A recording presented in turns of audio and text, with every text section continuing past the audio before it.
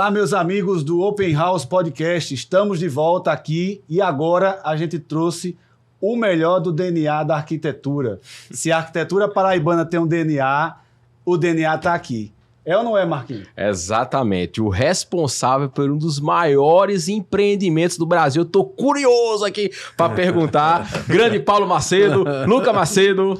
É isso aí. Prazer, Paulo Macedo, arquitetura e Paulo Macedo, arquiteto, e o grande sucessor aí, o Luca Macedo. Obrigado demais por ter honrado o nosso convite do podcast, né, Marquinhos? Exatamente. E a gente fica muito feliz.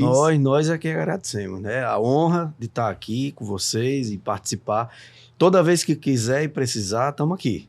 E com meu filho Luca aqui, mais bacana ainda. O sucessor, né, Paulo? Se Deus quiser, amigo, porque o cansaço é grande. Mas, rapaz, você fala isso, acaba com 79 anos. Tá? Eu vou puxar essa ideia. Vou perguntar aqui a Paulo Macedo, como é que começou a tua trajetória na arquitetura? Aliás, por que tu quis ser arquiteto? Legal, né? legal. Vamos conversar um pouco sobre Paulo. E aí a gente vai transitando nesse grande assunto. Então, Paulo, ele desde de adolescente lá, Paulo gostava muito de desenhar, sabe? Talvez porque meu pai sempre gostou muito de desenhar, apesar de ser dentista, minha mãe também é dentista. E Paulo gostou sempre muito de desenhar. E aí tinha aquelas coisas em colégio, sabe? De você desenhar uma camisa para os jogos de não sei o quê. Paulo jogos desenhava internos. Jogos internos, Pio Décimo, Marista, né? Eita, joguei demais quanto o Pio Décimo ali. É de que colégio? É mesmo? Eu era do GEL e eu era do IPEP. Ah. O IPEP faliu, eu fui pro GEL. Mas Marista eram meus concorrentes. Então, Tu foi de que colégio? Do Marista. Do Marista, A minha Pio vida inteira Décimo, foi Pio colégio. Décimo, Foi Grandes nada. profissionais saíram do Marista, não foi, Paulo? Um colégio antigo, né? E assim, pessoas legais. E assim, quando a gente entra no mercado, que começa a ver a quantidade de pessoas que conhecemos durante a trajetória de estudo no Marista, no meu caso, desde jardim de infância até o famoso terceiro ano, segundo grau, né? Fizemos cursinho no CA, mas, na época o CA, né, também tinha, mas a trajetória... São muitas pessoas que a gente conhece. A gente brinca lá no escritório que se não fosse esse colégio Marista, o escritório não existia. Porque todo cliente novo chega lá... É do Marista. Que sai, tem uma referência, sabe? Você estudou comigo lá no Marista. Ou algumas gerações para frente, outras para trás. No fim da vida, a gente começa a juntar. Todo mundo se junta, né? Então, Não, é verdade. Ele tá me dando a ideia aqui, Fabiano, que realmente o Colégio Marista, ele tem um nome... Que João Pessoa é uma cidade... Hoje ela está se tornando uma cidade grande, mas até uns 10 anos atrás ela era uma província desenvolvida. Sim. E todo mundo era do Marista. Você vê que uns grandes nomes de João Pessoa, do ramo empresarial, médico, advocacia, né? Todos grande parte passaram pelo Marista. Mas das salas de aula do Marista saiu um arquiteto. Aí o que acontece, né? Certa época da vida, meu pai projetou lá uma casa com o arquiteto Regis Cavalcante, nosso amigo, né? Uma super casa, um projeto maravilhoso. E... né, aquela coisa das asinhas de fora, eu com meu pai é muito detalhista, extremamente, é o cara que trabalha com a estética de um dente, né? Então para ele 1 milímetro é como se para nós fosse 1 metro, né? Verdade. É uma coisa incrível. A escala dele é outra, né? E a percepção de escala de cor branco, o cara consegue distinguir 20 tons de branco. Né, para poder colocar dentista, é verdade. Entendeu? Seu Miro, certo? Então a gente fez lá um monte de desenho dos móveis da casa, sabe? A estante lá do som, que antigamente era televisão embutida com som não sei o quê. Aí como fez é o teu estante. pai? É Valdemiro de Lourenço, famoso Miro, né? Famoso Miro. Miro. Também como Miro. Mas conhecido isso seu pai, viu? Sim. Seu amigo do seu pai. Isso sem ser arquiteto, já era arquiteto. Não, até época de 15 anos de idade, 16 anos já por aí. fazia... Aí fizemos isso aí, né? Depois os móvelzinhos lá na casa da praia da gente, móvel de... Aí isso vai despertando e vai dando um interesse. Então a arquitetura ele sempre foi o ponto focal meu, assim, ó, a finalidade era essa. Eu não via mais outra coisa, sabe? E aí foi caminhando faculdade e tal, e aí, fez aqui? Universidade Federal da Paraíba, entrei em 1985, né? E saí em 1990. A época eu podia ter saído um pouco antes, mas...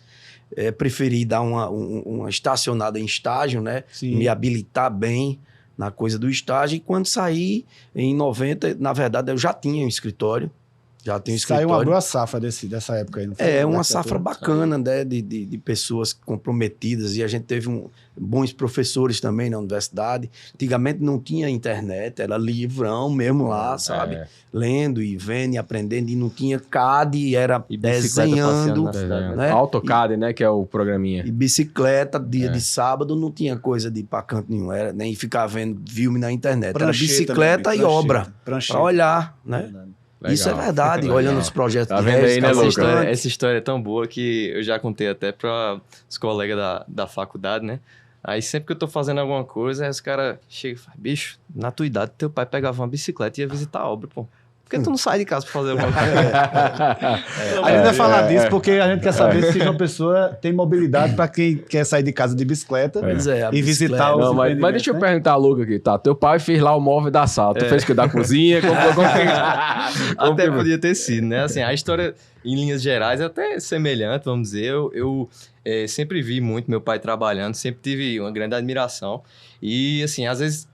criancinha, pequenininho, eu chegava assim, pai, deixa eu mexer aqui e tal, aí pegava os programas que era de 3D, e teve até um arquivo que eu acho que ele guardou. Tá lá no escritório guardado até lá um arquivo de um bom tempo primeiro atrás, assim. Projeto. Quantos anos tu tinha, Luca? Cara, eu acho que eu tinha coisa de uns 5 anos, 6 anos. A idade do meu Mas filho. Falei que tá no DNA, rapaz. Mexendo DNA. Ia mexendo com as formas e tal, brincando, fantasiando lá.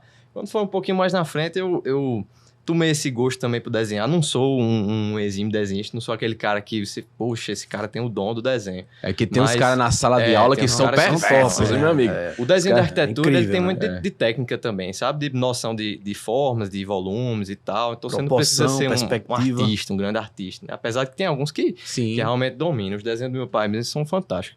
Mas, e aí quando eu tava no colégio, algumas vezes eu passei até, eu me lembro como se fosse hoje, passei por aquele prédio do Nau, assim que ele foi construído, quando foi novidade aquele prédio. E eu comecei a rabiscar... Do restaurante Nau. Do restaurante Nau aqui. Comecei a rabiscar ele ali no meu caderno e tal, só que era um desenho que eu desenhava 15 minutos aqui, aí deixava guardado, aí quando eu tava sem fazer nada, pegava de novo, desenhava, aí eu comecei a tomar gosto por ali, saí de sala algumas vezes por estar desenhando, mas faz parte, né? Hoje estamos aqui. É verdade. Dá pra dizer comercial, foi Leomar Arquitetura que desenvolveu, Leomar, nosso amigo, né? E é uma referência e inspirou aí Luca, né, para fazer os primeiros passos aí da arquitetura. Isso aí. Aí como foi que surgiu o arquiteto? Eu quero saber, eu tenho uma curiosidade. Qual foi o primeiro projeto assim de impacto? Não é o maior projeto, é um projeto, o seu projeto. Pô, esse projeto aqui me deu um gelinho para fazer. Mas Fabiano, eu vou te falar uma coisa assim. Eu também fui professor, né, na universidade. E eu falava para os meus alunos, olha, se você tem uma oportunidade, você tem que aproveitá-la o máximo que você puder, porque pode ser que não venha outra. Teve uma pessoa, certa vez, que falou assim, ó, a oportunidade e a sorte, ela é careca na frente, ela é cabeluda na frente e careca atrás. Se ela olhar para você, agarre no cabelo dela, porque se ela virar, não tem mais cabelo para agarrar. Aí, então, não tem faça bem cavalo feito, selado, né? Eu falava para os meus alunos, sabe, faça bem feita a oportunidade se tiver, porque dali pode ser o gatilho para a sua vida. É verdade. E isso aconteceu comigo. Isso aconteceu comigo. O finado e queridíssimo Antônio Rodrigues, que era um dos construtores mais despontados daqui de João Pessoa, ele certa vez me convidou para fazer a área de lazer de um prédio que ele já estava construindo. Porque ele recebeu o terreno vizinho. Na compra do prédio, ele recebeu o terreno vizinho. E aí ele queria fazer a área de lazer do prédio. Na evolução, a gente foi mostrando para ele que, olha, para que fazer uma área de lazer de um prédio que está quase todo vendido? Por que você não faz outro prédio aqui e eventualmente até compartilha o lazer, ou então faz outro prédio? Aí virou outro prédio. E daí a coisa foi evoluindo e tornou-se o Pegasus. O Pegasus. Referência aqui. Simples assim. O prédio Pegasus. O prédio Pegasus. Rapaz, 1989, eu não era formado. Olha só. Setembro de 89, começou o processo e eu me formei em abril de 90. E em junho, julho, a gente assinou o projeto. Então, todo o processo de projeto do Pegasus... Então, você imagina, a oportunidade chegou, Exato. O Pegasus ia ser um prédio assim. Depois ele começou... Esse prédio, rapaz, esse prédio... Rapaz, que coincidência é isso? Mesmo essa história? Não, Paulo, olha, é emocionante você estar falando, porque eu sou criado no BS, eu morei ali no São Sebastião. Sim. Que é um dos primeiros arranha-céus que tiveram ali no Bessa. E só existia, eu olhava pra Manaíra, só existia o Pegasus. Eu olhava, só existia o Pegasus, eu ficava olhando, nossa, e o Pegasus era um prédio por andar, um apartamento realmente luxuosíssimo. Eu ficava, nossa, que sonho esse deve ser esse apartamento. Então o que aconteceu, né? Ele ia ser um prédio 2 por andar, de uma determinada altura, e ele acabou virando o Pegasus, né? Com 24 pavimentos, o prédio, à época, mais alto do Nordeste. Isso. Era o mais alto do Nordeste. Residencial. Mais alto do Nordeste. Acabamos de saber uma informação e a história que um dos prédios mais altos do Nordeste, nessa época, saiu de uma proposta de uma área de lazer. Exatamente. Então, assim, esse é um recado. Eu já sei até qual é o prédio, então, que teve. É o do lado, né? É o do lado. Do lado. Vila do Mar, Vila nomezinho, não me recordo. Do Mar, que é como se fosse um negócio de veraneio. Um projeto que é de Expedita Arruda, um projeto original. Eles estão até fazendo um retrofit nesse prédio, tá ficando muito bonito agora. Que bom. Se você mora no Vila do Mar e tá achando ruim que não tem área de lazer, peço desculpa aí. Mas tem a praça da frente. Mas a moral da história, sabe, é que eu me recordo muito bem, e eu gosto de falar isso, até porque por forma didática, né? Assim, de ensinamento aos mais jovens que estiverem assistindo o podcast. É que, assim, a pesquisa que eu fiz no mercado de João Pessoa à época, para entender um pouco como que era a linguagem dos projetos que eram de Expedito, de Regis, estava entrando no mercado Iris Galvão, como Sandra Moura, né? Olha a equipe que estava entrando no mercado. Olha essa aqui. Exatamente. Né? E Hernani e Antônio Cláudio, que eram os caras para quem eu trabalhava à época. Muito bacana. Eu trabalhava o pai de Zé William, né? Zé William Montenegro, construtor também. Aí era o construtor lá da Conserpa, né? Da Conserpa. Então, eu fiz uma super pesquisa para poder propor ao mercado um projeto diferente. E o Pegasus tem uma particularidade. Ele é um quadrado, a planta dele é um quadrado, e que eu fiz de uma forma que ele só tem 2 fachadas que se repetem. A fachada sul e a norte.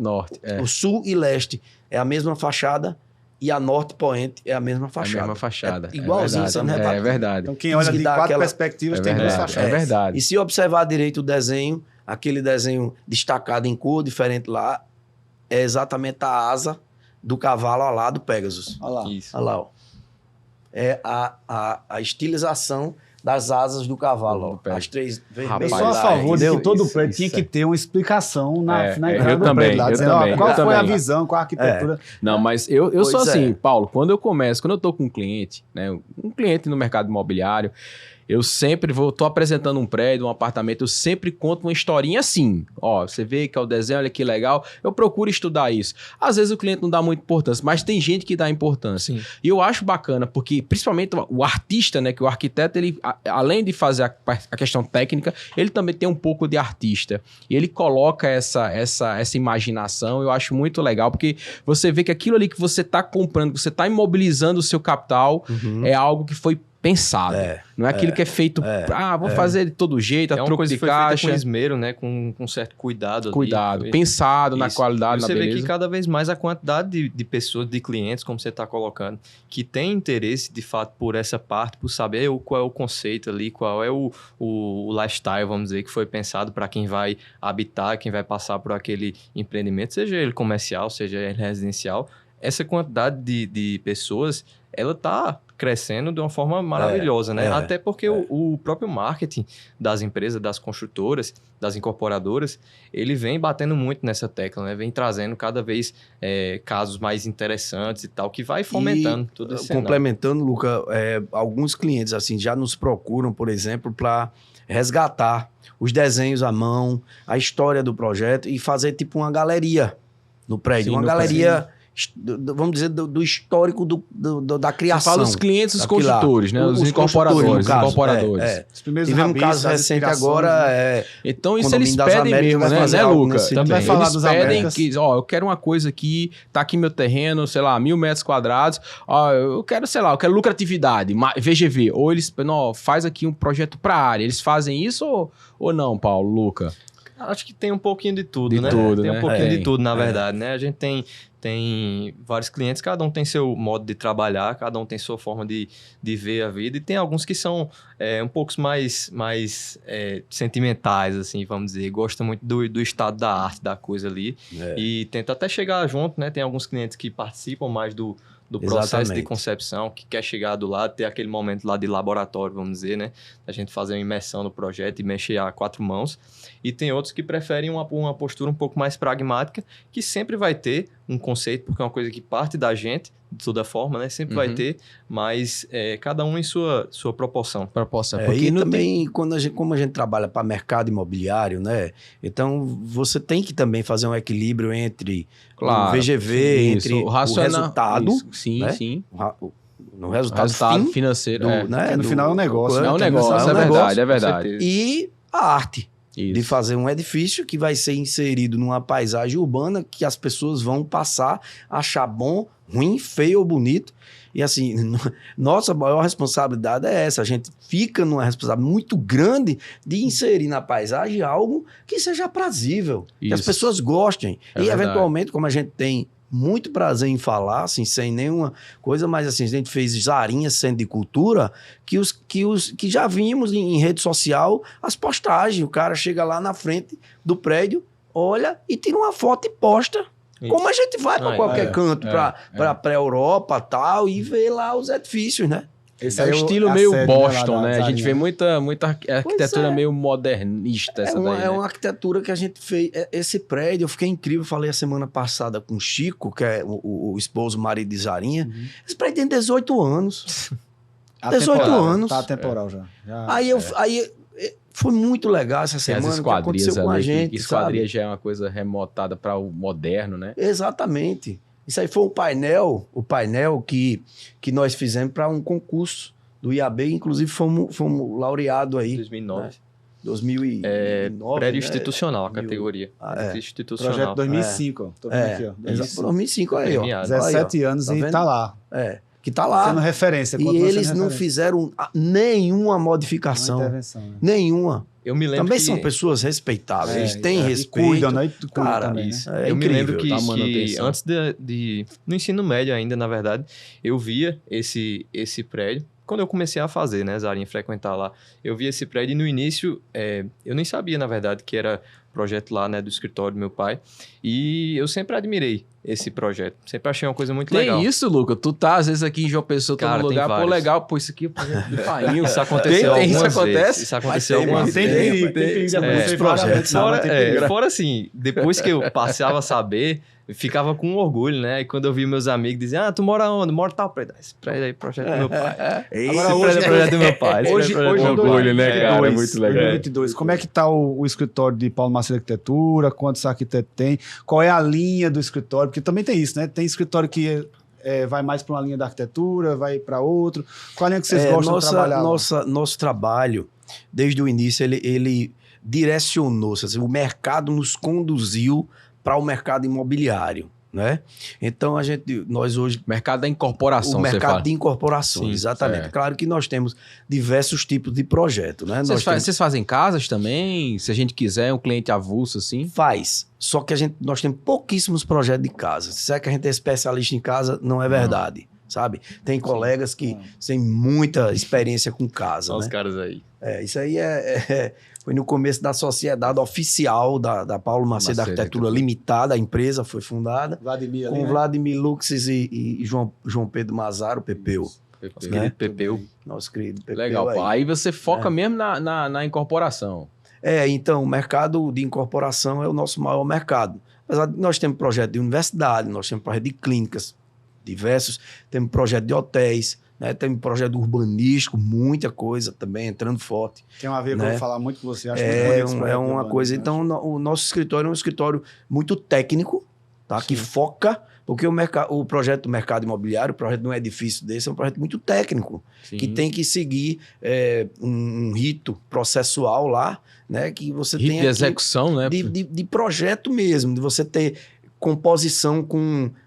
hoje mais ou menos entre 10 a 15 profissionais que entram complementares ao projeto de arquitetura e que os arquitetos é que coordenam esse processo. Isso. Né? Então, a cabeça do arquiteto, ela está unindo todos esses... Tem que saber de cálculo, tem que saber de elétrica, telefone, televisão, de gás, tem que entender de fachada, de material de revestimento, cada nuance de cada setor, né? Porque é um órgão vivo. Exatamente. Hoje em dia, paisagismo fortíssimo nos projetos. Hoje em dia, a arquitetura de interiores entra em cada projeto nosso. E então, entram outras relações. São relações de parceria entre escritórios. Temos várias. Escritório de arquitetura. Escritórios de arquitetura. Isso. Então, nós não fazemos projeto de interiores, né? Certo. Exceto um case especial, que é o Condomínio das Américas. Mas aí entram os escritórios de arquitetura que fazem de vocês, projetos. aquele lá, é do teu primo, né? Dos Cabral. Dos Cabral. Os famosos. É você que tá fazendo também? É o projeto que eu vou dar um depoimento rápido. Tem imagem. Isso ali é o condomínio, aquela foto. Então, é uma foto uma inserção, né? Do o condomínio tá aparecendo lá inteiro. Lá atrás. Que é a continuação, essa área é a continuação que é do Bougainville. Sei. Que a gente se comunica ali atrás. Exatamente. E aí, Paulinho, na verdade é uma história que a gente vai chegar a contar lá, mas vou fazer uma referência aqui, que é o seguinte, primeira vez que eu fiz um projeto com o Paulo Macedo, falando de profissionalismo, né? Conhecido como profissional.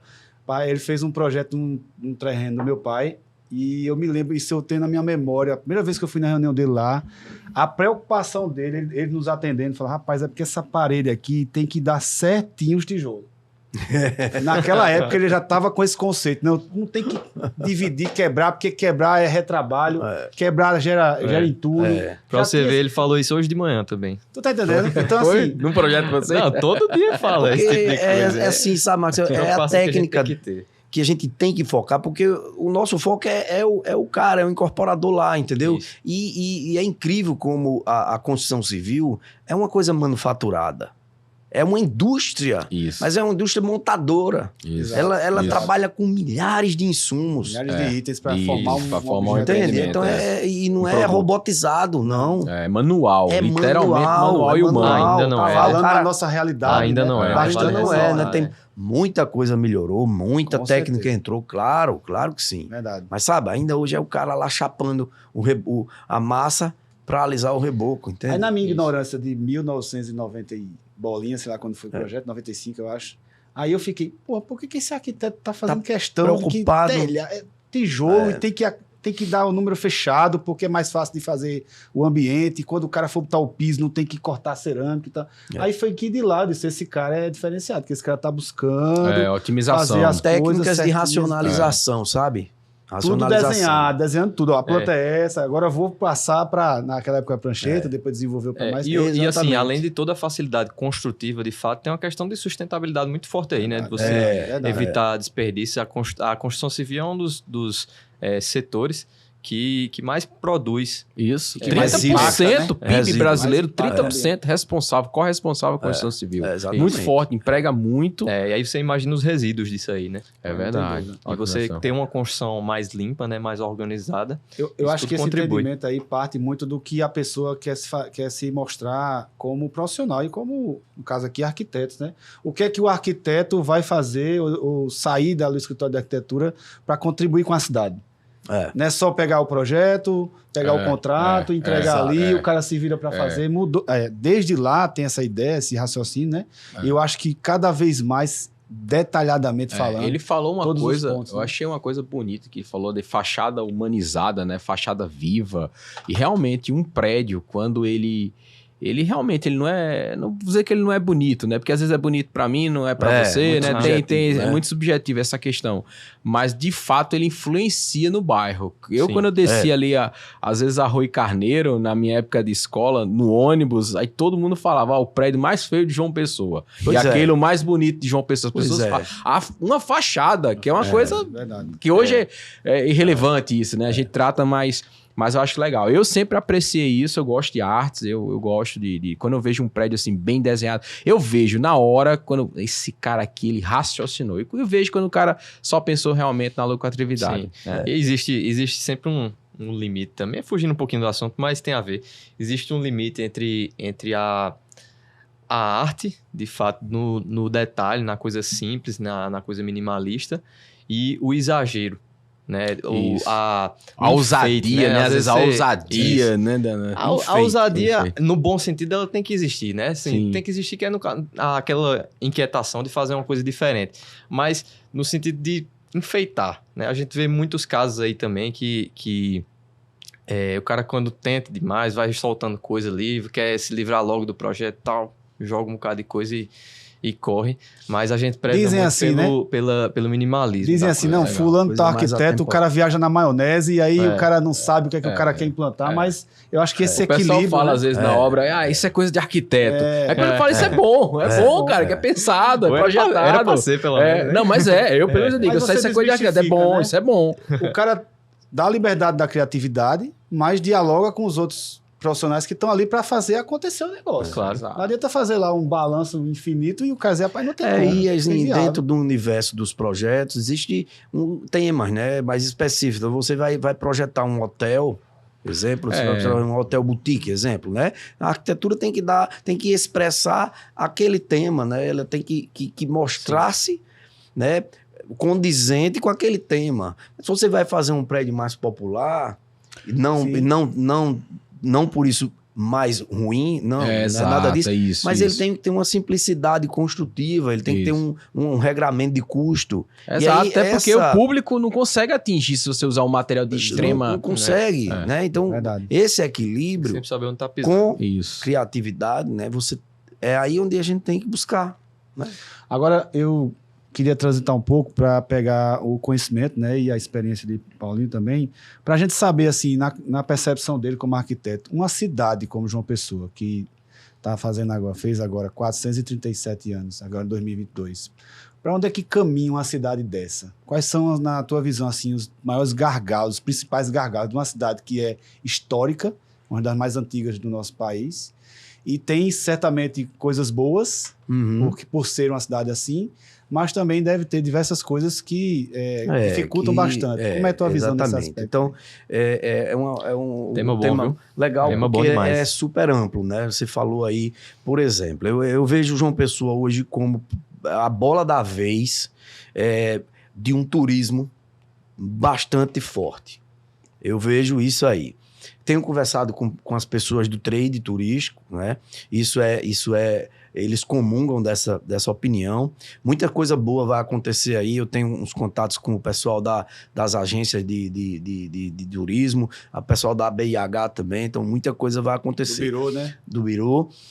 João Pessoa está se montando, ainda é muito carente, mas está se montando numa quantidade de leitos aí também já bacana. Considerável. Então, você está falando leitos para hotel, para receber esse pessoal. Para receber o pessoal. Abrigar. Dentro desse universo, a gente precisa muita coisa, né? Precisa criar pontos atrativos para que o turista venha e fique mais tempo em João Pessoa. Beleza. Ao passo que isso acontece, na contramão disso aí, nós temos problemas por exemplo, de conservação e mantenimento do centro histórico de João Pessoa, que é muito importante. É verdade. Né, em termos de valor histórico dos edifícios, do conjunto de edifícios históricos, extremamente importante, mas um centro da cidade que literalmente está morrendo. Está na UTI faz tempo, não tá? Está na UTI faz tempo.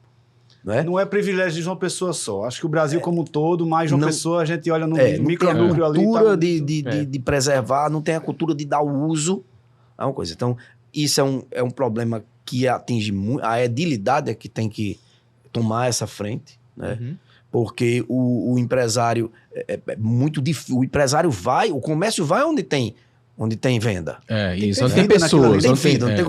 Não vai. Então você vai no centro da cidade, ele é muito inseguro, ele é muito pouco iluminado, extremamente mal conservado, e a consequência é o abandono. Isso. E vira uma bola de neve. Então esse é um ponto muito preocupante. Recife fez um ponto, eu trabalhei uma época em Recife, que ali no Cais do Porto ali, no Recife Antigo, o que é que eles faziam? A própria prefeitura estimulou, vamos levar pessoas para trabalhar aqui. Então, criou-se o Porto Digital, onde as empresas essencialmente são de pessoas, que é digital, computador e tal. Startups. E aí começou a povoar novamente o centro. Talvez isso seja um caminho. Não só na arquitetura se remodelar, mas trazer vida, né? Porque nosso centro em Recife mesmo tem outras iniciativas bem legais também, de tratar algumas ruas lá pedestrianizadas, tem umas ruas lá com os barzinhos que super daria certo aqui, sabe? Na verdade, no Brasil, se a gente for olhar, existe de fato essa cultura, como você falou, mas pontualmente existem boas experiências, sabe? Boas soluções que foram dadas que pegaram. Isso. A parte de infraestrutura também, por exemplo, você vê os postes e a iluminação. Aqui tem aquela coisa precária, né? Uma iluminação fraca e muito fio exposto assim, no meio, que isso prejudica até, desvaloriza a paisagem urbana, exatamente o que você ia falar. E todos aqueles edifícios que estão ali há anos e anos e anos ficam... estão interrompidos pela visão desses fios.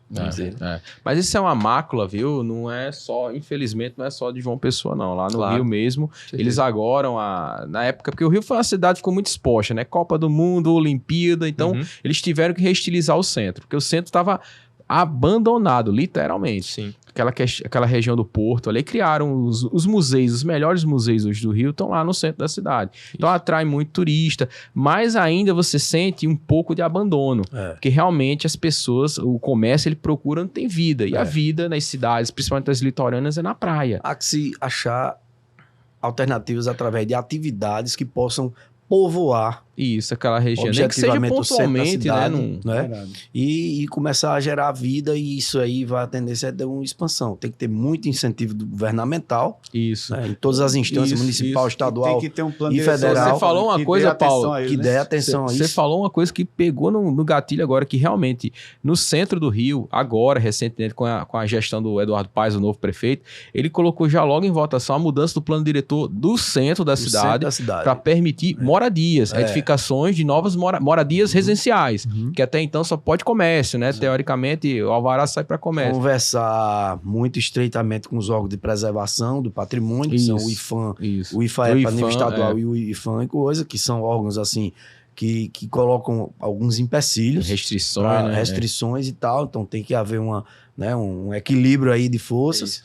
E vamos lá. Então, eu falei um pouco de turismo, da importância e da bola da vez que eu vejo, que vai retroalimentar uma indústria hoteleira e vem... Hoje vou dar um dado para vocês. Fabiano, você é do mercado diretamente ligado. Veja bem, a maioria dos consultores falam para a gente, fala assim, olha, entre 30% e 40% dos meus produtos são vendidos para pessoas de fora. Exato. Não necessariamente que queiram morar aqui, mas que queiram ter um imóvel aqui. Às vezes, paraibanos ou pessoenses, filhos da terra, que estão morando fora. Nós temos uma relação de metro quadrado ainda muito boa frente a grandes mercados, como o mercado do Rio de Janeiro, de São Paulo, Pernambuco, de Recife, você vai do lado, de Brasília, etc. E os caras vêm aqui ver produto beira-mar a 10 mil reais um metro quadrado, 12, enquanto para lá é 35, 40 mil reais. 50 mil, Se alguém está achando que aqui 10 mil é caro, diga que vai lá fora é bem mais caro. É muito mais caro. É muito mais caro. Então vai investir em imóvel, viu, gente? Porque ainda está bom o preço. Pois e assim, com projetos de arquitetura muito bons, reconhecidos assim, por várias pessoas do mercado imobiliário, não daqui. Sim, de fora. Os caras vêm, já outras pessoas, assim, outros mercados procurando arquiteto local para fazer. Sim. Você é um caso, você tem projeto fora. Nós temos muita coisa fora, muita coisa, não só fora de João Pessoa, no estado da Paraíba, mas fora do estado da Paraíba. Vocês construem também com projeto? Vocês têm, Luca? Tem muito. Vocês atendem outros estados também? Não, aqui em João Pessoa, aqui na Paraíba, nós atendemos João Pessoa, Cabedelo, Bahia, Santa Rita, Campina Grande, Patos, Cajazeiras. Areia. Do litoral ao sertão. Areia, Bananeiras. Areia, Bananeiras. Vai esquecer Bananeiras fora da Paraíba, né? É um mundinho à parte. Eu fiquei sabendo que Bananeiras, esse final de semana, Bananeiras vai ter um Oktoberfest, é verdade? Vai ser o top. Top. Já pensou? Vai ser top. Se encontrar lá, né? Eu tô lá terça-feira. João Pessoa. Tem falar terça-feira. A síndrome de patinho feio. João Pessoa é um microcosmo que acontece quase tudo aqui dentro. No nosso território, assim, vamos dizer assim. João Pessoa e, vamos dizer, a Paraíba, nesse nicho aqui que a gente transita, né? Aí eu vejo um escritório, Paulo Macedo, com diversos projetos numa cidade chamada Bananeiras, que quem lá de fora às vezes não sabe nem de onde é. Conhece talvez uma Gravatá, talvez uma Gramado e tal. Aí quando visita determinados locais desses, que tem uma pujança de engenharia, de construção, de arquitetura, chega a se espanta, né? Bananeiras é um canteiro de obra, literalmente. Então, continuando, aí nós temos assim em outros estados, nós temos em Natal, tanto no Rio, na cidade de Natal, como nas cidades vizinhas, assim, Parnamirim, Búzios, Tem lá. Temos em São Luís também, fizemos o Alphaville lá de São Luís. No Ceará, 2 projetos muito grandes, mas que ainda não foram. Como eles propagam isso lá, Paulo? Projeto de Paulo Macedo, arquiteto. Aí ele fala o quê? Um arquiteto de sucesso paraibano. Porque assim, por exemplo, nesses casos especificamente foram porque quando os caras vêm de fora pra cá, eles propagam o arquiteto de fora. Aí eu quero saber, quando é da gente pra lá, eles fazem igual, Não faz, porque vende, assim, a especialidade. Então, por exemplo... competência não tem nacionalidade, pô. Isso aí não tem, não. Naturalidade. Naturalidade, exatamente. No caso de São Luís, é porque nós temos vários projetos assim para Alphaville, né? E temos vários projetos no campo do urbanismo, né? O Condomínio das Américas, que a gente viu aqui, é um deles. E assim, lá porque lá é um super condomínio, é o Alphaville Araçagi. A grife, né? A grife Alphaville. A grife Alphaville. Alphaville Araçagi. É muito grande, são quase 500 terrenos lá. Se não me falha a memória aí. A Planck, né? A Planck tinha associação com eles. E eu fui a São Paulo. É uma história bem grande. E por fim, a gente ainda teve experiência em Angola, né? A gente fez trabalho em Angola também. Fizemos lá em Angola. Que prédio Fizemos um condomínio para as pessoas que iam trabalhar e administrar uma hidrelétrica que foi bombardeada na época da Guerra Civil angolana, foi bombardeada, e a Odebrecht foi contratada para reconstrução. A Odebrecht ela constrói muito ali em Angola. No Golve. O Golve, cara, é um lugar no interior lá da Angola, sabe?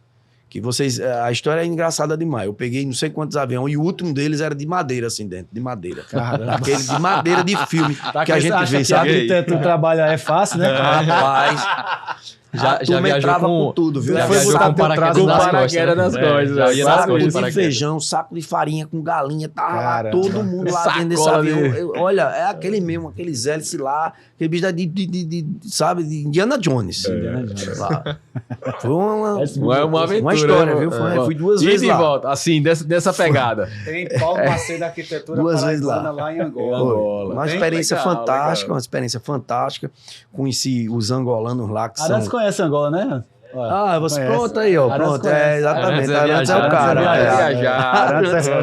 A experiência de Arantes em Angola é muito maior do que a minha. Muito maior do que a minha. Você estava falando dos gargalos e eu acho que você tem mais alguns para falar. Você falou do centro. Sim. Então, aí da coisa bacana, né? Nós temos uma verticalização respeitada, com arquitetura respeitada, com engenharia respeitada, porque, olha...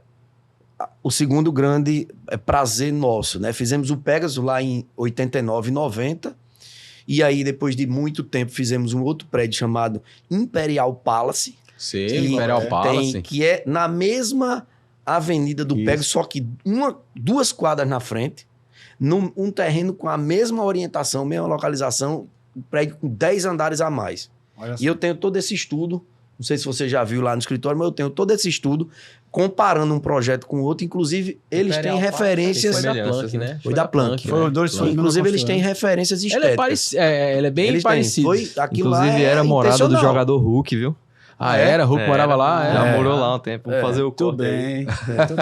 Ele vai vir aqui. Já puxando ele estamos trabalhando. Na verdade, a gente quer trazer referências para... Deixa ele ganhar o brasileiro, ou não. Não vai. Se tiver dependendo disso, não chame não.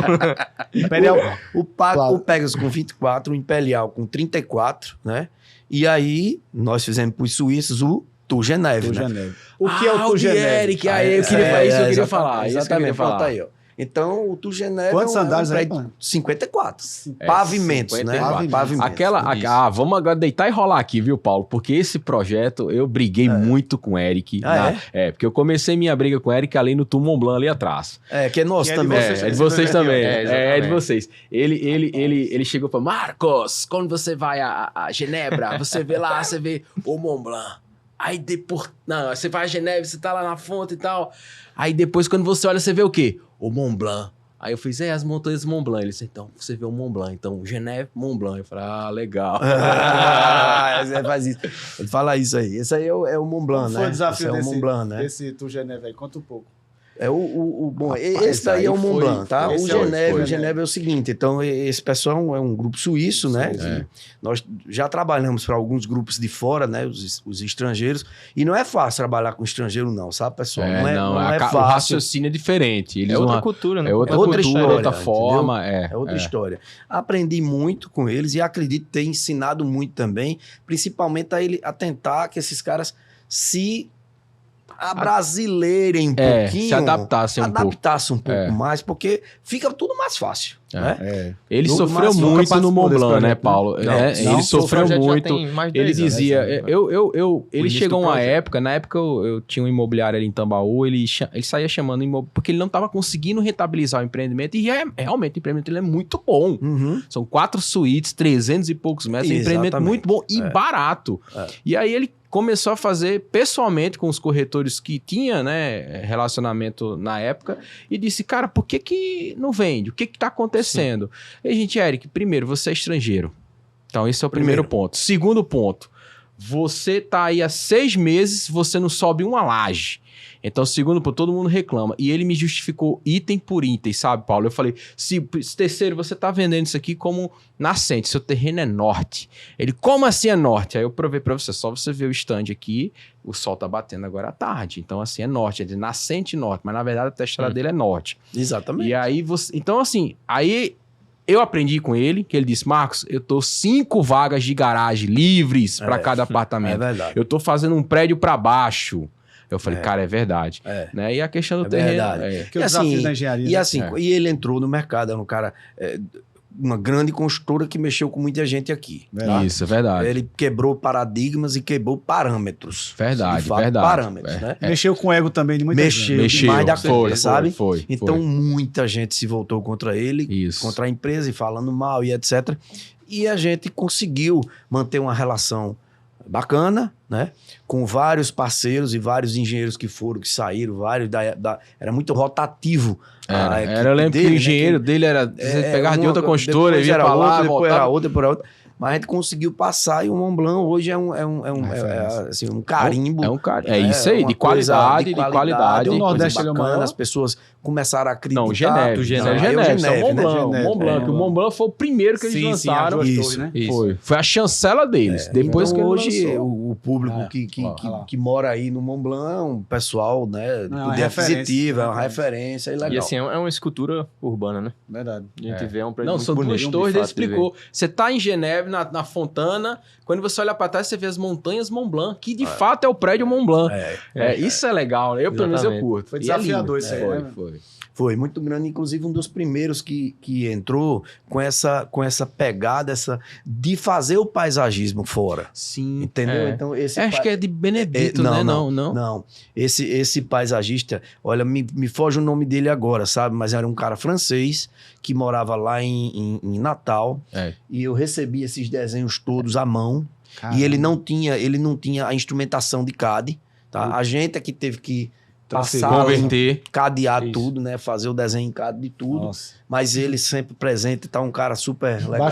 Mas para quem não conhece, o urbanismo e a área de lazer do Mont Blanc é espetacular. Viu, Fabiano? É lindo, lindo. Fantástico. É espetáculo. Aí depois você veio pro Geneve. Aí depois veio o Geneve, né? Foi uma loucura ali. Bem comprida, porque ele começou com um terreno, depois ele tornou-se 2 terrenos, depois ele, no fim, foram para 3 terrenos. E com isso a evolução do projeto de arquitetura. Deixa eu te perguntar, eu nunca perguntei isso para Eric, porque eu já tinha viajado quando ele. Eu tava aqui quando ele lançou o Geneve. Mas, Paulo, ele chegou para eu e falou assim: Paulo, eu quero fazer, que ele fala assim, né?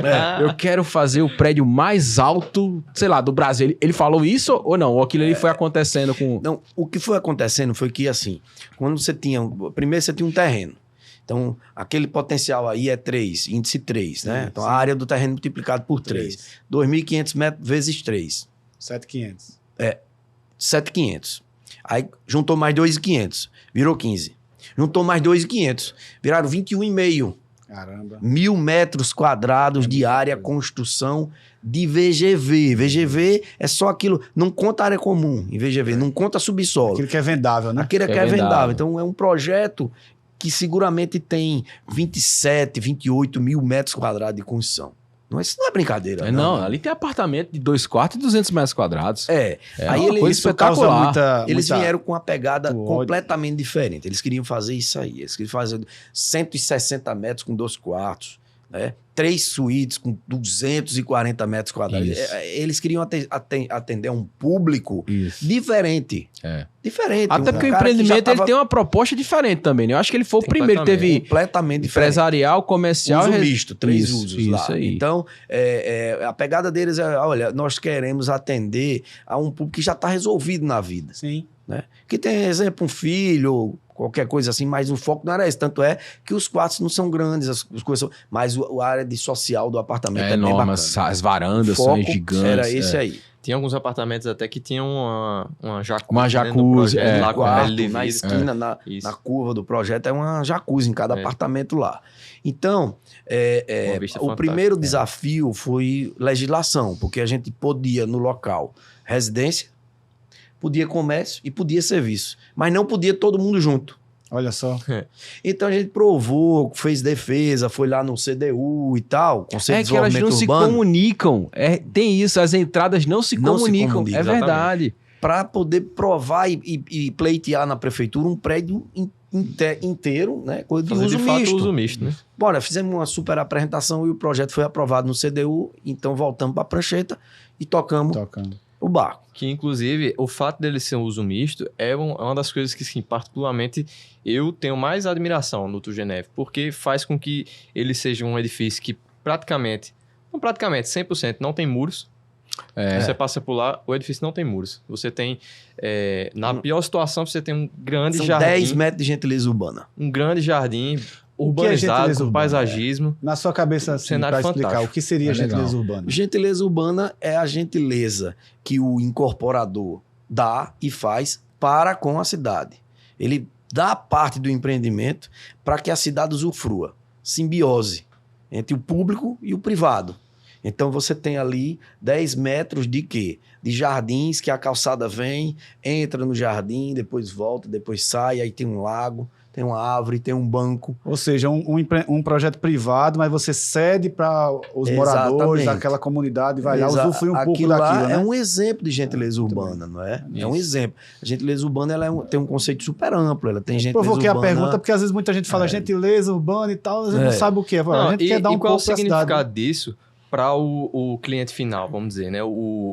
A pessoa que vai habitar naquele empreendimento que cumpriu com essa tabela aí da gentileza urbana. A gentileza urbana, ela tem como função gerar vida e movimento no cenário urbano. Exato. Para não ser aquele caso onde você tem lá seu prédio, você chega lá com seu carro, tá lá, chegou no muro, entrou na garagem, deixou o carro subir pro seu apartamento e tchau. Entrou no outro mundo ali, né? Saiu do mundo fora. Existe uma coisa que a gente hoje entende, né? Por muito tempo foi passado como uma noção de segurança, que eram ter esses grandes prédios com muros altos, cerca, tal, câmera, tudo certo. Faz parte ter esses sistemas aí. Mas existem correntes que defendem que a grande segurança é a segurança mais orgânica, de fato, que é feita pela própria rua. Quando você tem um local movimentado... estádio de futebol que houve, né, na Copa, a FIFA obrigou você acabar com os fossos e fazer a mureta aberta de vidro. Aí todo mundo falando, nossa, o brasileiro não é doutrinado para isso. E de fato, você abriu e todo mundo fica sentadinho, comportado ali. E quando você tem um edifício de uso misto, aí é que você promove a vida, de fato, né? Quando você mescla a gentileza urbana com uso misto significa dizer que você vai ter um café, você vai ter um sushi, lá vai ter uma farmácia. Lá tem, né? Vai ter muita coisa. O que você projetou como desafio de um prédio misto, de uma coisa, prédio mais alto do Nordeste, um dos mais, eu acho, né? Hoje é o mais alto do Nordeste. Ainda é o mais alto do Nordeste. Foi o terceiro, né? Pegasus, é o Imperial e o Turgenev. Você imagina aí. O Alfredo Volpe aí no teve meio o do Volpe caminho. que tem 44. Rapaz, o Volpe é 24, 34, 44, 54. Foi. É incrível isso. Eu tô percebendo agora. É verdade. É mesmo. O Alfredo Volpe. E eu te que é um prédio que a gente adora. Essa que vem assim, depois de você receber a proposta, o desafio de bolar lá a arquitetura. Mas ele falou isso então, né? Só voltando à pergunta, ele falou, eu quero fazer... Não, aí a coisa foi construída. Quando a história disse assim, nós temos a possibilidade de... Aí os olhos brilharam, né? Dos caras. Porque, assim, o Eric é o representante da TWS aqui no Brasil. É de Thomas, né? De Thomas. E o Thomas é o cara lá da Suíça, que é um jovem, né? É um jovem de formação de engenharia civil, fez alguns cálculos estruturais e tal, mas esse cara, ele vinha lá no escritório, sabe? Fumando um charuto e dava 2 traços assim, e papapá, e era... Muito monossilábico. Depois Eric vinha e conversava muito com ele, muito amigo de Eric, a gente ia lá e resolver as coisas. Quando falou na história da possibilidade, meu irmão, aí pronto. Aí os olhos brilharam, o caminho aqui é esse. E aí, é uma história interessante de contar. E aí eles falaram assim, Paulo, você conhece Genebra? Não conheço Genebra. Então entra aí na internet, Genebra, né? Qual é o cartão postal de Genebra? Genebra tem um super lago. Tá vendo? Tem um super lago e tem um jato de água que vem de gelo de um reservatório que é lá em cima das montanhas. É o transbordo de gelo. Sim. E que isso gera um jato que tem uma altura bem grande, né? Então o jato d'água, quando acontece que vem o vento, então ele faz o jato e faz uma cortina nesse sentido. Se você observar isso, a logomarca do Geneve, assim, isso com isso. Isso Se você racionalizar o edifício do Geneve, ele é do mesmo jeito. Ele tem uma base larga, e ele vai fazendo aqui, racionalizando esse... O jardim, chama Gedô. A característica de cada cliente, né? Que chegou já com essa sensibilidade, né, essa visão e trouxe esse desafio de trazer essa imagem que ele tinha de Genebra, que para ele é uma coisa... São as imagem percepções emotiva, né? Isso é muito legal, exatamente, cara. E aí a gente traduz isso daí. Legal. E aquela mansão suspensa ali? A história foi essa aí. A mansão suspensa foi o seguinte, aquilo lá foi um triplex projetado, que aquele triplex ele tinha um endereço certo. Eu vou dar aqui o bastidor da história. Quem ia comprar aquilo lá era o Roger Federer, que é o suíço jogador tênis. Lá foi projetado com essa coisa. No andor da carruagem lá o cara desistiu. Então, com o passar de muito tempo, né, quando eles idealizaram fazer o mirante, que aquilo lá foi um anexo ao prédio, né, não tem nada a ver, tem que fazer um túnel pelo subsolo para chegar num elevador que foi construído depois, exclusivo e tal, para chegar lá em cima. Aí naquela ocasião nós... Exclusivo e específico, né? Exclusivo e específico. É bem complicada a coisa lá. Chegou a determinada hora que o triplex ele foi transformado em 3 planos simplesmente para uso comércio e serviço. Podia ser o que fosse. E lá hoje está assumindo... Skybar, né? O Skybar. O Sky e o Mirante Sky. Um equipamento turístico. Aquilo que você projetou... Na prática, hoje em dia, ele é um ser vivo, todo mundo usufruindo e funcionando. Exatamente. Atingir o objetivo, no seu entender. Atingir o objetivo e atinge sempre o objetivo de arquitetura, que é abrigar pessoas. Né? Seja para moradia, seja para comércio, seja para trabalho, seja para lazer, seja para religião, etc. É o objetivo da arquitetura. Então, quando a gente vê um edifício desse funcionando, por exemplo, é um prazer quando a gente vai ali naquele largo de Tamandaré e encontra o Solar Tambaú. O Solar Tambaú foi você também fez, mas aquilo não foi um grupo de fora, não? Não, é para um grupo de fora, mas o projeto é nosso. Foi? Eu não sabia não, o Solar, que é muito bonito aquilo ali, né, Lu? Aquilo é muito bonito. Ali o projeto começou com os espanhóis, né? Os espanhóis... Aí, bonitão aí.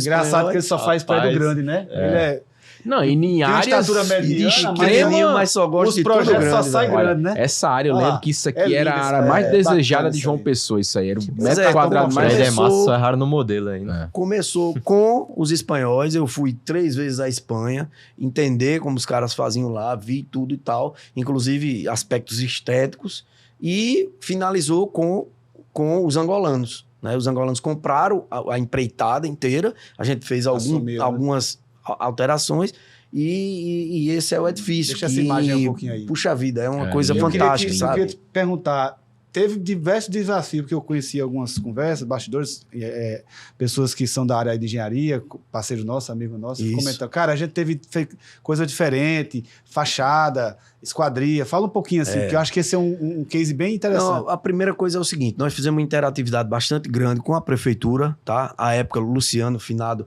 ex-prefeito da capital, Luciano Agra, que foi uma pessoa assim, muito importante na nossa, trajetória. Porque ele era arquiteto também, né? É verdade, nosso vizinho, meu professor, fui inquilino dele lá muitos anos e tal. E aí batemos um papo com a prefeitura e esse L do prédio, né? Sim. Foi uma ideia que foi trocada com o Luciano, que é um super urbanista, né? No sentido de a gente não fazer o prédio nos limites obrigatórios, né? Recuar mais do que o obrigatório, para que ao final, quando a gente chegasse na época das pessoas, não tivesse um prédio. Então, por isso esse prédio tem essa forma em L. Olha porque aqui você tem a visão. Você consegue pegar. Não fechou a avenida, né? A chegada ali no Largo Itambaú. Veja a visão. Né? Cara, isso aí foi o cara que chegou para mim, Paulo. PM, me chama PM. Rapaz, vê se você consegue livrar essa vista, essa esquina. Porque o prédio podia vir aqui e ir lá. Verdade. Tem esses coqueiros, tá? Então, cara, isso é uma grande sacada. Mas isso também me deu um grande trabalho. De respeito à paisagem urbana, né? Exatamente. Isso que a gente fala. Isso também é uma gentileza urbana. Isso também é uma gentileza urbana. Você convencer o dono do empreendimento ele aceitar isso. Exatamente. Né? Você tá... E aí os caras aceitaram, porque eles também vinham com outro DNA, outra visão.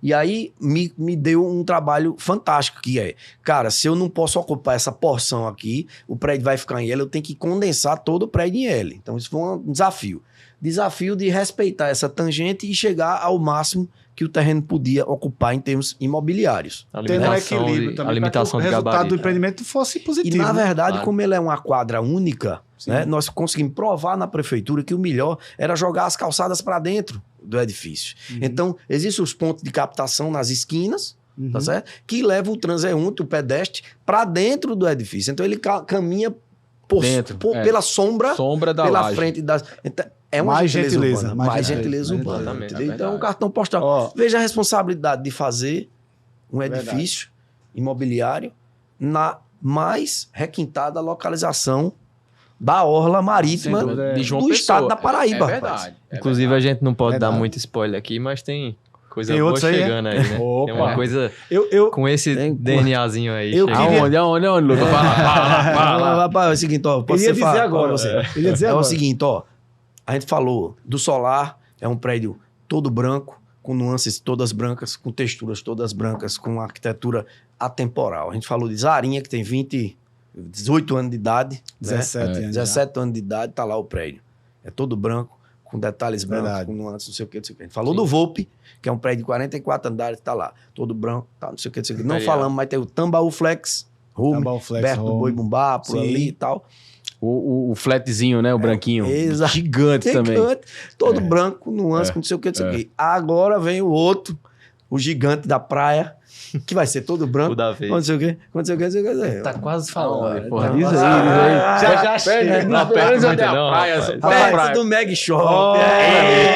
Tá saindo. Onde é ali? Já diz o nome. Eu já tô mentalizando a área. Perto do Meg Shop. Claro, meu amigo. Vai jogar um beach tennis por ali. Vai jogar um beach tennis. Vai lá. Corretores de plantão, já fica de olho aí, aguçados. O escritório de Paulo Macedo tirando outro coelho branco da cartola. Arantes se ligou ali. Arantes. Se liga, Arantes. Eu quero conversar, meu amigo, sobre o urbanismo em especial, que eu acho que é um tipo de projeto que você gosta muito e acho que você se deu bem, que são nos condomínios.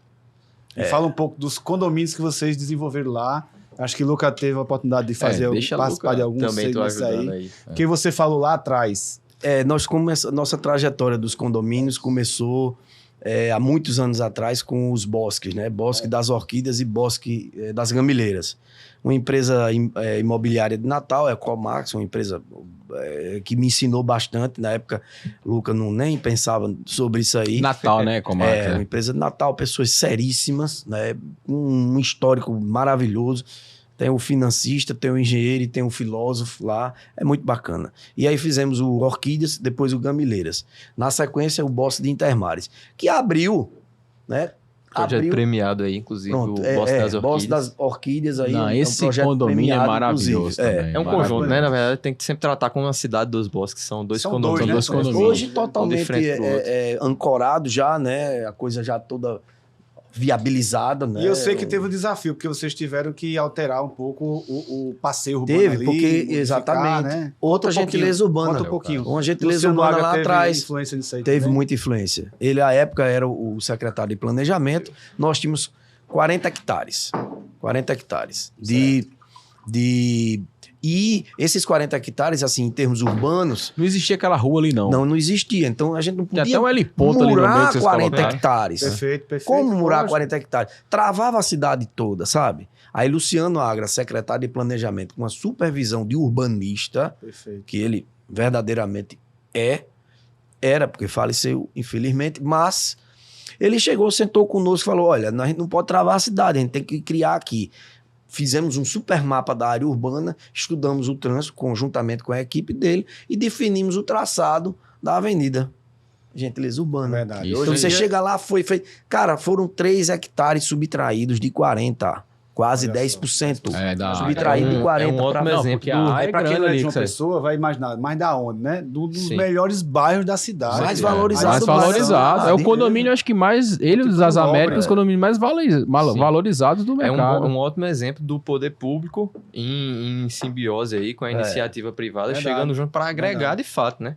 Coisa feita a 4 mãos. E o Cidade dos Bosques, em geral, não tem nem o que falar, né? É extremamente consolidado. Aqui, se a gente abrir o Google Earth agora, colocar lá Bosque das Orquídeas e olhar de cima lá, colocar a imagem mais atualizada, vai ver que são pouquíssimos os lotes ainda disponíveis. E os que tem, você vê que já tem um canteiro de obra, já tem uma fundação começando ali. Não, todos têm proprietários. A construtora ela não ficou com nada. Claro, isso aí. Mas aí são pessoas que dá vida num condomínio, exatamente a edificação. Quando você visita o condomínio hoje, você vê que aqueles espaços planejados estão sendo utilizados. Sabe, começa pelo bosque, porque tem Orquídeas, tem um bosque dentro, né? Exatamente. Aquela mata, né? Aquela mata lá, que ela tá toda já, né, crescendo, ela tinha sido dada uma parada grande, né? Mas a gente manteve, ela tem uma nascente lá dentro, é lindo, tem um monte de trilha, e ela tá toda ficando adulta, né? Isso foi mantido, preservado. O traçado viário também tem uma sinuosidade que ajuda pra caramba, né? Quebrar um pouco. Se você olhar os dois, né, de cima, você vê que é muito, assim, a continuação de uma via desse aqui se continua no outro aqui. Quando você olha por cima, você vê essa imagem. Isso. Entendeu? É muito legal isso aí.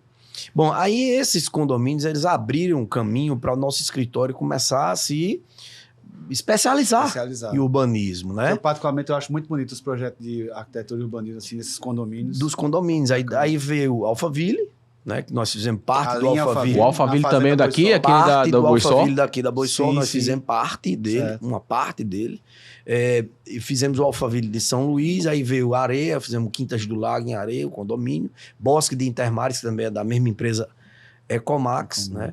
E depois partimos para Bananeiras, estamos fazendo agora em Mossoró. Bananeiras, fizemos o Village de Bananeiras. Condomínios horizontais. Fizemos o condomínio Alteza, que é o... Sim. Vocês estão no terceiro condomínio ou no segundo já? Né? Lá em Bananeiras, existe um terceiro que está em desenvolvimento. Que tá na saída já. Tá na saída. Mas o primeiro foi o Village de Bananeiras, o segundo foi o Alteza, que é super importante para a cidade, com uma super gentileza urbana que a gente fez. É incrível. Você passa lá, a cerca...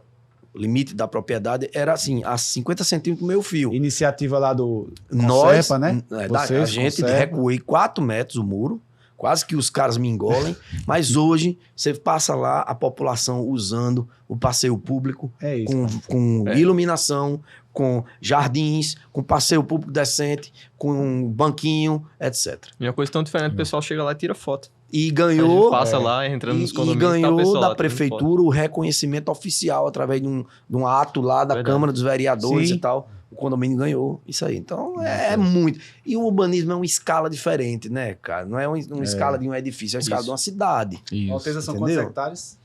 A Alteza são 58. É muita área. 58 hectares. É muita área. Mas trazendo uma visão, assim, quem está mais fresco assim, na universidade, vamos dizer, hoje o curso de arquitetura, ele na verdade é o curso de arquitetura e urbanismo. Sim. Né? Você se forma arquiteto e urbanista, de fato. Mas o que que você tem de conteúdo na faculdade, ele é voltado para um pensar urbano que é bastante digno também de reconhecer essas vantagens, toda essa gentileza urbana que a gente está conversando, sobre mobilidade, sobre usos e tudo mais. Mas o projeto de um condomínio horizontal, ele tem suas particularidades, principalmente em terras que são de trabalho difícil, que é muita coisa que a gente pega, que não é em qualquer canto que a gente vai aprender esse tipo de coisa, sabe? Eu tenho o privilégio de estar lá com meu pai, estar com o Pepeu, que é um mestre nesse assunto aí também, e tá vendo isso no dia a dia, né? O quanto é difícil, de fato. Eu acho que quando o arquiteto recebe uma demanda de pegar uma área dessas, tipo 40, 30, 20, 50, 100 hectares,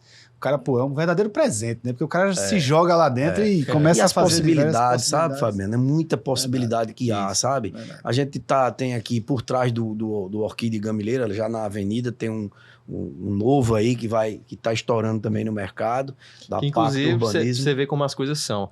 A gente falou do bosque, que tem dentro do Bosque das Orquídeas, né? E lá meu pai mencionou que tem uma nascente.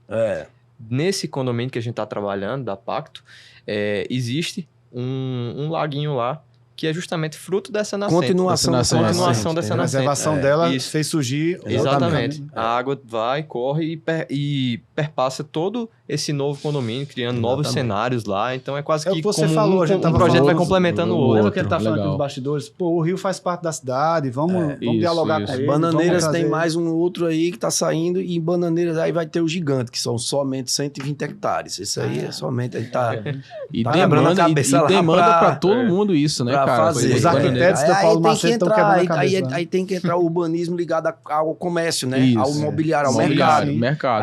Aí já temos alternativas para isso e tal. Aí por aí vai. Eu queria até puxar a conversa um pouquinho. A gente tá com o tempo aqui já meio que... Mas é porque a conversa tá muito boa. Acho que eles vão ter que voltar aqui. Parte 2, parte 2, parte 4. Eu ia dizer que a gente não tem pressa. Eu queria que ele falasse do Condomínio das Américas, porque de fato acho que ele tá doido pra falar. Eu queria que ele falasse de urbanismo. Mas a gente vai falar, vai chegar lá. Urbano. Então, aí o Condomínio das Américas, ele vem coroando todo esse trabalho, né? Esse trabalho, essa experiência adquirida desde o Bosque, que até hoje eu agradeço demais ao pessoal da Ecomax, a paciência de ter nos contratado, com zero experiência de urbanismo. Os caras, sabe, são muito bons e nos passaram muita ideia. E o Condomínio das Américas é praticamente, é muito ruim dizer que é a última, mas é uma das últimas áreas desta dimensão dentro da malha urbana da cidade de João Pessoa, né? Então, é uma responsabilidade muito grande. E o Condomínio das Américas, ele vem com um DNA fortíssimo do diferencial. Por exemplo? Por exemplo, ele começa logo com a gentileza urbana de 5 hectares, que é um parque na frente do condomínio, que será totalmente urbanizado, feito pelo Benedito Abud, que é o maior escritório de paisagismo do Brasil, o mais antigo escritório, uma pessoa fantástica, né, que projetou toda a parte de paisagismo desse condomínio aí. Tem logo 5 hectares de gentileza urbana. Aí ele fazer lá o que sabe fazer de melhor, né? De melhor. Exatamente. O Benedito, ele tem muita participação em Curitiba. Não é dentro, como o Luca falou, não é dentro por trás dos muros. Para fora. Para fora. É para a população. A população vai usufruir. Então você tem um acesso, pista dupla de um lado, mão e contramão, pista dupla, um canteiro central que margeia o parque, todo margeado de avenida, para chegar aí nessa guarita, não é? Uma rotatória que você chega, aí você entrou, aí você está intramuros, beleza. E a arquitetura, porque esses projetos, eles têm arquitetura, urbanismo, interiores e paisagismo. E, claro, as instalações todas, né? Nesse caso, fizemos urbanismo, fizemos arquitetura e fizemos interiores. E o Benedito Abud, o paisagismo, né? E uma grande equipe de profissionais fazendo o resto dos complementares. Arantes, bota aquela foto aérea lá do condomínio pra gente ter. Olha só, olha lá, Fabiano. O Bosque tá lá. Ó. Então o Bosque não seria essa parte aqui da frente? Não, aqui é o clube. O condomínio tá aqui. Mas essa parte humanizada que você fala, aqui, né? A entrada é aqui, ó. Aí é o parque. É uma picanha, né? Parece uma picanha. Nossa, isso aqui é o quê, Paulo? Isso aqui é um equipamento... Aqui tá o... Centro de Convenções. Cidade das Artes, né? Estação Ciência. Estação Ciência do Niemeyer. Exatamente. Que é aquele anexo lá do Estação das Artes, né? Veja que essa avenida aqui, se você olhar lá, ó, tem a continuidade dela. É verdade. Que um dia isso vai unir. Já foi projetado. Perfeito. Lá. Isso aí são as coisas que vão acontecendo durante o projeto, né? Verdade. E o condomínio, ele fica daqui e cá. Então, a gente deixou a gentileza e aí ele tem um traçado mais retilíneo, mas de forma equidistante, esse miolo aqui, que tem aproximadamente 16 mil metros quadrados, quase 2 hectares. Mais ou menos por aí, tá? 1,6 hectares. É o lugar do clube. Que a gente fala o clube. O clube, ele é separado aí em 3 áreas. São as ilhas, né? As áreas esportivas, campo, quadra, tênis, mini campinho, esse tipo de coisa. E um ginásio coberto. Que é um ginásio, uma quadra poliesportiva, que a gente acredita assim, que são um dos únicos no Brasil que oferta esse equipamento. Você pode levar um show pra lá, não pode? Olha só. Pode. Os caras podem contratar um cara e fazer numa quadra um show privativo. Tá aí. A segunda ilha é a ilha de lazer. Lá vai ser boa. Vai ser boa. A ilha de lazer, que são as piscinas, que é o gourmet, que é a academia, que é o spa, etc. Kids e tal. E depois vem a ilha social, que é o famoso salão de festa, que é um super salão de festa, com pé direito avantajado, tudo climatizado, tudo de primeira qualidade. E a arquitetura dele, ele teve, assim, um início de conceitual, que é justamente a arquitetura de Niemeyer, uma arquitetura brutalista, de concreto, nós temos super vãos aí, concreto aparente branco. Concreto aparente branco. Terceira maior obra do Brasil em concreto aparente branco. É mesmo esse condomínio? É um puta desafio fazer o concreto branco, cara. Não é brincadeira, não. Cara, é uma ciência. Eu acho que são 2 ou 3 obras no Brasil que tem, né, Paulo? Uma ponte, de um museu, né? Museu Iberê Camargo em Belo Horizonte.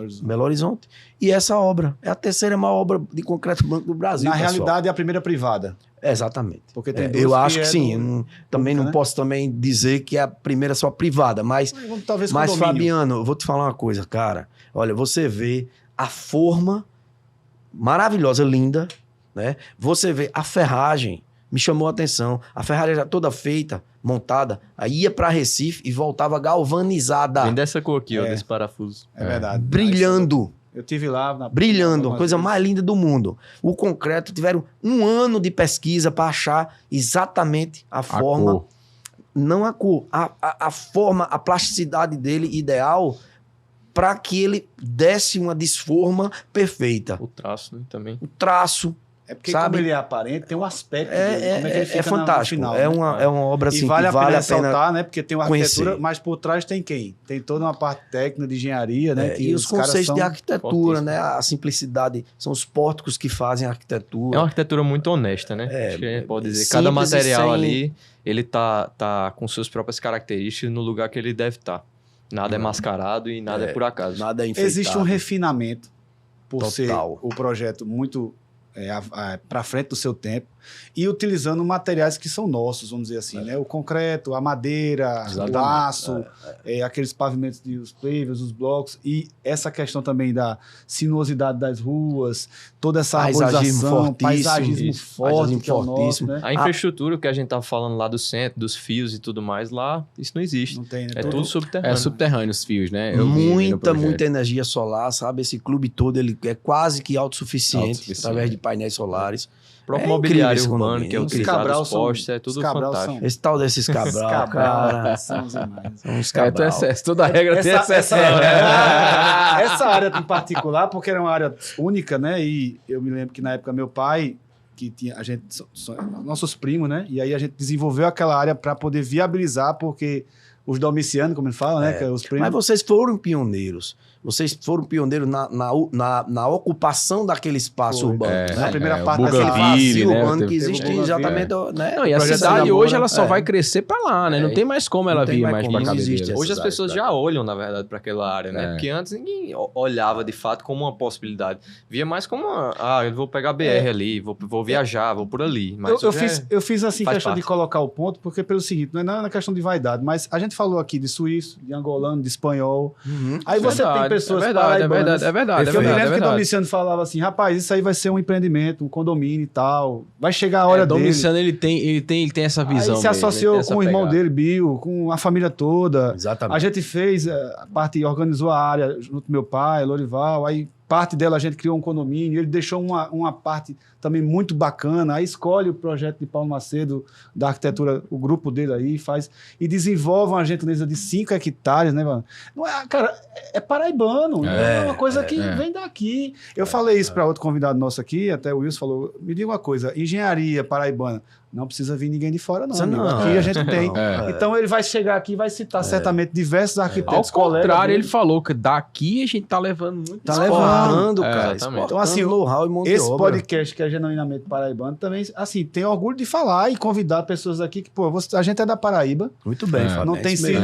Não tem síndrome do patinho feio, porque eu certamente, se a gente tivesse, obviamente, grande oportunidade de mostrar vários projetos do escritório de Paulo Macedo, que é uma referência, a gente tem de explorar Bananeiras, que é um lugar que foi descoberto, né, Paulo? E vocês tiveram a oportunidade de fazer e ainda continuar fazendo diversos lá ajudando lá a cidade. Vamos fazer o que tiver de melhor. Aí foi para Mossoró, aí foi para São Luís, aí tá em Natal, Fortaleza, enfim, sabe? Tá gerando... Angola, foi para fora do país. Então, assim, seja você paraibano, tem orgulho de ter... Saber que nós, nessa cidade, no nosso estado, tem realmente profissionais diversamente gabaritados, assim como corretores de imóveis, advogados. Exatamente. Não, o melhor advogado, eu posso dizer, se não o melhor, mas um dos melhores, entre o top 5, eu posso dizer, o top 5 do Brasil em direito civil é aqui. João Pessoa, a gente sabe quem é, Rodrigo Toscano, o cara é muito super respeitado lá fora.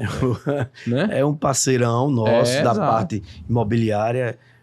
Tomador de vinho, né? Tomador de vinho. Tenho muito carinho por ele. Eu carinhosamente chamo ele de Rodrigo Cabeleira. E vocês sabem por quê. É porque cai, às vezes vai vir aqui. Cabeleira é um cara fantástico, um profissional mas, assim, a nível nacional. Nacional. Respeitado nacionalmente. A gente, de fato, sente orgulho. Acho que um dos papéis nossos, assim, além de divulgar tudo que a gente quer divulgar no Pod, é divulgar... Isso, a essência do paraibano nas suas diversas... Que, aliás, fica aí, viu, Fabiano? Assim, uma sugestão de um nome muito legal, que tem uma experiência, um cara jovem. Já está na pauta, já está na pauta. Esse orgulho, Fabiano, também é parte da motivação do nosso trabalho, né? A gente, quando pensa um empreendimento, seja ele comercial, seja institucional, seja residencial, a gente está entregando uma construção ali para a cidade que, na maioria dos casos, ela vai ficar para o resto da vida. Exato. Então, a gente está construindo um pedacinho da nossa cidade. Por isso que eu gosto daquilo que é pensado, entendeu, Lu? Quando o cara faz pensado... coisa de arquiteto. Exato, coisa de arquiteto. Mas quando ele faz pensado, ele não tá pensando só na venda, né? Só naquele... Claro. Mas ele tá pensando no long time, né? No tempo futuro, que aquilo ali não vai se desatualizar. O Pegasus, o primeiro. Até hoje, você olha pro Pegasus, é um prédio bonito. É um prédio bonito. É um prédio bonito, né? Você vê ali em Manaíra que tem prédios muito bonitos, né? E a gente tava conversou uma coisa hoje, né? Hoje, assim, existe uma cultura bem mais forte de trazer vegetação para as fachadas, né? Tornar as fachadas mais vivas, né? Com bastante verde e tudo mais. E aí a gente lembrou que exatamente no Pegasus, exatamente na foto que tava aí, aquela quininha dele lá, ela... A esquina do prédio, bem no projeto original, no canto dele, originalmente. Juntando as asas do Pegasus lá juntando as asas do Pegasus, aquilo lá é uma varanda, sabe? Aquilo é uma varanda, só que aqui, ó. Olha aí. Tá dentro da varanda aqui que tem já. Essa foto, claro, isso aqui foi bem no começo da vida do edifício, sabe? Tá cheio de prédio ao redor. Entendeu? Então aí já existia essa coisa lá. A intenção, né? Lá em cima, não sei o quê. Se tivesse essa cantoneira toda. Então é legal. Ele projetou um escritório e tá vendo que na realidade aquilo vem acontecendo. E hoje sim, né? A biofilia hoje. E assim, é uma questão de cultura, né? Na época isso não era tão propagado e por certo teve gente que realmente não quis fazer. Não optou, né? Não optou por isso, mas hoje é uma coisa desejada, na verdade, até com, assim, passou por uma pandemia, o pessoal ficou em casa, sentiu que de fato ter uma plantinha, ter ali uma referência da natureza, que é o coentro lá que tem lá em casa, a gente tem manjericão em casa. Eu tenho hortinha, eu tenho um filho pequeno, minha esposa planta coentro, açafrão, vai lá, pega o manjericão lá, manjericão, do macarronada, toma com vinho, maravilha. Próxima vez vamos trazer macarronada aqui, manjericão e vinho. Eu vi, eu tenho que ter uma garrafa de vinho aqui. Eu senti três questões aqui. Primeiro que ele disse que vai voltar, né? Que isso é bom. Que bom, isso é bom. Que a gente tem que arrumar um vinho bom que eles gostam. Que você faça. E aí a gente... Daqui você gire a sua roda de importantes convidados que tem aí, eu tenho um vinho lá em casa que eu ganhei de um cliente. Eu não sou não sou apreciador de vinhos. Ainda? Mas, ainda, né? Ainda, Aí meu sogro fala a mesma coisa. Ainda. É. Mas eu ganhei um Cartucha, que é um vinho... É um super vinho. É um vinho muito bom. Eu acho que eu vou trazer ele pra cá, Fabiano. Meu amigo, pra convidar pra o Cartucha vai vir, sabe quando? Na próxima vez que eles vierem, pra falar desse projeto aí. Detalhes e tudo mais, né? Mas Arantes tá aqui cutucando no meu ouvido. Já tá pra linha final. Mas eu queria deixar uma pergunta para Luca aqui, para ele falar e a gente seguir para os finalmente. Você falou, Paulo, muito assim das suas dificuldades e dos empecilhos e das coisas que você teve que fazer na sua início de carreira. O que é que você vê como dificuldades para um cara que está ascendendo aí, seguindo os passos da arquitetura, que é seu filho Luca lá no projeto? Quais são os desafios que a arquitetura contemporânea hoje, os outros desafios que foram diferentes dos seus, vamos dizer assim, e que hoje fazem parte, e para ele, e o que ele enxerga como desafios, assumindo todo esse legado para ir para frente, né? Assim, eu acho que todo jovem hoje, ele vem com ele um DNA diferente, que é o DNA da modernidade, né? Então, eu acho que um dos desafios de arquitetura é você aliar modernidade dos programas de computador à criação, né? É nunca deixar de entender a criação como o carro principal. Sim. A modernidade é o instrumento de rapidez na execução de um serviço ou na forma de mostrar um serviço. Mas nunca deixar o desenho, sabe? Nunca deixar a investigação, nunca deixar a pesquisa. Eu acho que é por aí condutor, né, de tudo, né? Que é o carro-chefe. Por aí não existe erro. É pesquisar, é referenciar, é contextualizar, é conceituar. Tá? Quer dizer que essa lei é uma dica para os futuros arquitetos. Para qualquer um, não é? A gente já dizia isso lá na sala de aula enquanto que eu era professor à época. E que é uma geração muito inquieta, né? Que quer... Inquieta e imediatista. Que quer chegar logo lá, tá certo? Existe um instrumento maravilhoso que chama-se internet, mas propaga perigoso mais da mesma forma, porque o Google, se olha, se quer se fazer parecido ou igual, às vezes nem sabe como que vai fazer. Né? Então, esse é o alerta e essa é a dica também, né? Na minha visão, os desafios são vários, na verdade, né?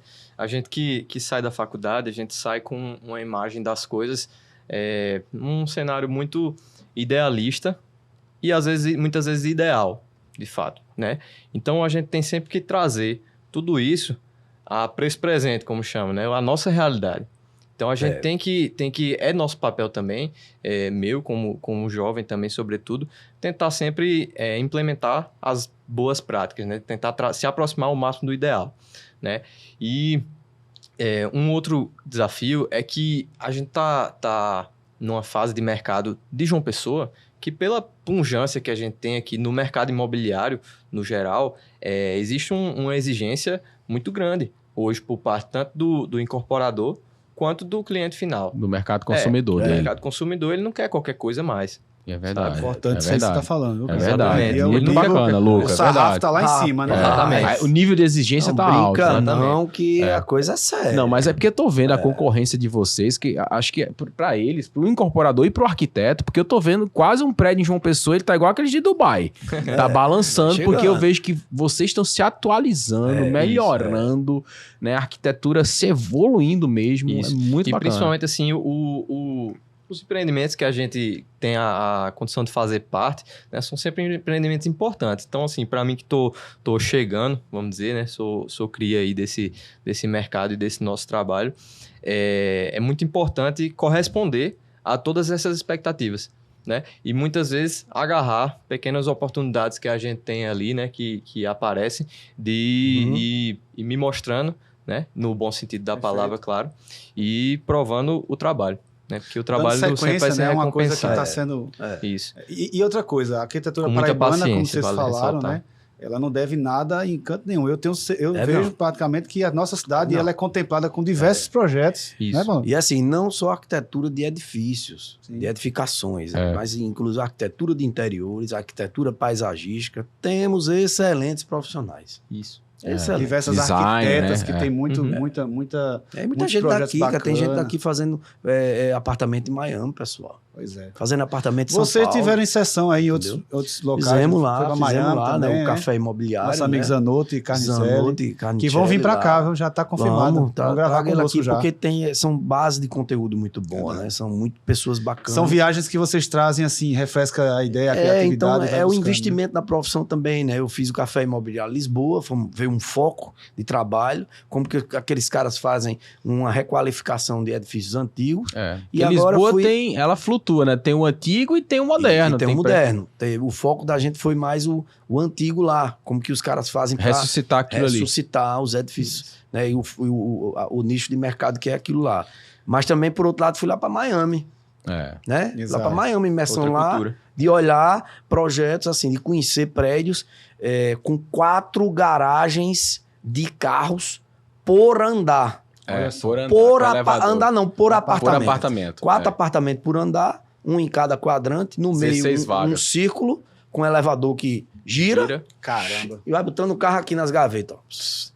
Diga aí. Viu lá, rapaz, isso aí, sabe? Com assinatura renomada, Pininfarina. Pininfarina, Porsche, Aston Martin. Aston Martin, eles estão com Aldolfo Astoria, tá por aí. Para mostrar um pouco do nosso mercado aqui, olha onde a gente tá indo buscar referências.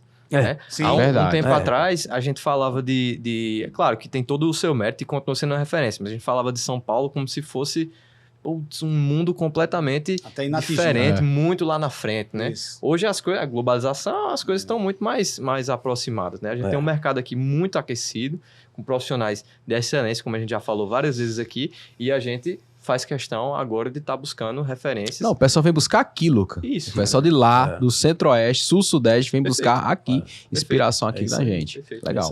Papo bom é assim, né, meu amigo? Infelizmente temos que terminar. Você imagina se tem vinho, se tem... Tá feito o convite. Tá vendo aí, Arantes? Acho que é bom reservar. Preparar. Hoje é sexta. Eu nunca vi um profissional que também não... Ali, a parte boa da vida, né? Por também fazer projeto de trabalhar duro, né? Quantos projetos a gente não ganha em mesa de bar, cara? É verdade. Quantas amizades, quantos negócios a gente não faz em mesa de bar. Tá vendo aí, meu amor? Olha só, mesa de bar. É network, cara. Paulinho, dizem que quem não bebe não tem história, né? Porra, tem que ter história. Quem pra beber leite não faz amigo, né? Tem que tomar difícil demais. Meus amigos, a gente só tem a agradecer. Obrigado por vocês, assim, chancelarem aí o Open House Podcast com a presença de vocês. Eu tô muito feliz por o Luca estar aqui. Né? Verdade. Muito bom, muito obrigado. Nem falo, né? Mas Luca, assim...